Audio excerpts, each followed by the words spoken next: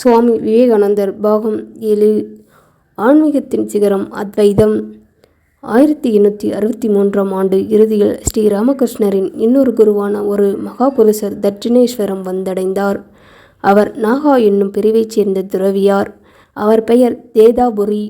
40 ஆண்டு காலம் அத்வைத பயிற்சி பெற்ற அவர் நிர்விகல்ப சமாதி எனும் உலகம் யாவையும் தாமூலமாகி நிற்கும் அனுபவம் பெற்றவர். ஊர் சுற்றி ஸ்ரீ ராமகிருஷ்ணரின் பக்குவ நிலையை அறிந்து அவருக்கு அத்வைத ஞானத்தை புகட்ட விரும்பினார். ஆனால் அவருடைய ஞான நெறியில் பக்திக்கோ பராசக்திக்கோ இடமில்லை. அதனால் அவர் ஸ்ரீ ராமகிருஷ்ணர் இறைவியை புகழ்ந்து கைதட்டி பாடுவதைக் கண்டு, என்ன ரொட்டி தட்டுகிறாயா என்று கிண்டல் செய்வது வழக்கம். ஸ்ரீ ராமகிருஷ்ணர் பராசக்தியின் அனுமதி பெற்று தேதாபுரியிடம் துறவு தீட்சை பெற்று அத்வைத பயிற்சியை மேற்கொண்டார். தேதாபுரி வேதாந்த கருத்துக்களை ஸ்ரீ ராமகிருஷ்ணருக்கு கற்பித்தார்.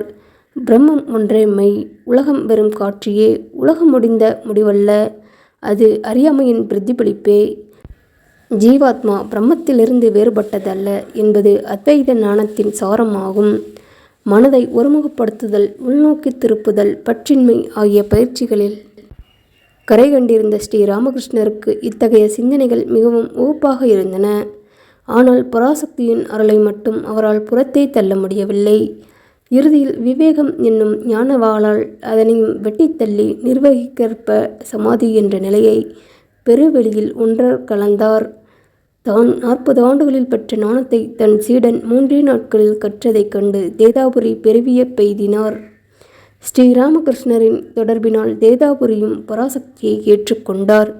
இவ்வாறு ஸ்ரீராமகிருஷ்ணர் தமக்கு ஞானம் புகட்ட வந்த ஜடாதரி, பைரவி, பிரம்மணி, தேதாபுரி அம்மூவரின் ஆன்மீக வளர்ச்சிக்கும் உதவி புரிந்தார்.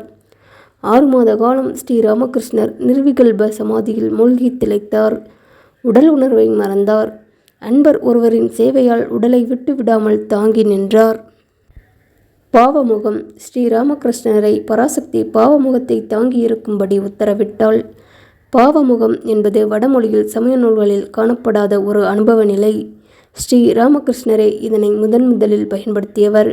இந்த சொல்லுக்கு நிலைப்படி என்று பொருள். நிலைப்படியில் உட்கார்ந்திருக்கும் ஒருவர் வீட்டிற்கு உள்ளேயும் வெளியேயும் நடப்பவற்றை அறிய முடிகிறது. அதுபோல பாவமுகத்தில் நிலை பெற்றால் ஸ்ரீ ராமகிருஷ்ணர் இறைவனின் உருவம் உள்ள நிலை, உருவமற்ற நிலை என்ற இரண்டையும் அறிந்து கொள்ள இயன்றது. நிர்குண பிரம்மத்தின் அனுபூதி நிலையில் இருந்தபடியே உலக நிலையையும் உள்ளபடி அறிந்த பாவமுகமும் ஸ்ரீ ராமகிருஷ்ணனின் ஆன்மீக அனுபவத்தை தனிச்சிறப்பாம். வேதாந்தம் கூறும் நிர்விகல்ப சமாதிக்கு பிறகும் கூட ஒருவன் உயிர் வாழ்ந்திருக்கலாம். அவனை ஜீவன் முக்தன் என்பர். அவன் உடலை தாங்கி இருப்பது அவனுடைய பிராரப்த கர்மம் என்ற காரணத்தின் மூலமே. இது முன்வினை பயன் எனப்படும். ஸ்ரீ ராமகிருஷ்ணர் கண்ட பாவமுகமோ பிராரப்த கர்மம். இன்றைய ஒருவன் முழு ஆன்மீக உணர்வையும் போற்றி வைத்து உடலையும் தாங்கியிருப்பதாகும். எல்லா மதங்களும் இறைவனை சென்றடையும் வழிகளே. ஸ்ரீ ராமகிருஷ்ணர் 1866இல் கோவிந்தர் என்பவரிடம் இஸ்லாமிய தீட்சை பெற்றார். கோவிந்தர் இஸ்லாமிய மதத்தில் சூபி வகுப்பைச் சேர்ந்தவர். ஸ்ரீ ராமகிருஷ்ணர் முஸ்லிம்களைப் போல உடை தரித்து நேரம் தவறாமல் நமாஸ் ஓதி வந்தார். 3 தினங்களில் அம்மதத்தின் முடிவான அனுபவத்தை பெற்றார். 1873ஆம் ஆண்டு வாக்கில் இவர் சம்பு மல்லிக் கொன்ற கிறித்துவ பக்தரின் தொடர்பால் அந்த மதத்தில் ஈடுபாடு கொண்டார். இயேசுநாதரின் தரிசனமும் பெற்றார். ஸ்ரீ ராமகிருஷ்ணர் பக்தரை ஒரு அவதார புருஷர் என்று கருதி போற்றினார். ஜைன நெறியை நிறுவிய தீர்த்தங்கரர்கள் மீதும் ஸ்ரீ ராமகிருஷ்ணருக்கு பெரும் மரியாதை இருந்தது. சீக்கிய குருமார்களை இவர் ராஜரிஷி ஜனகரின் அவதாரங்கள் என்றும் கருதினார். இவ்வாறு வெவ்வேறு மதங்களின் வழிகளை கையாண்டு அவற்றில் பூரணமான அனுபவங்களை பெற்று எத்தனை மதங்களோ அத்தனை வழிகள் என்ற முடிவுக்கு வந்தார் ஸ்ரீ ராமகிருஷ்ணர்.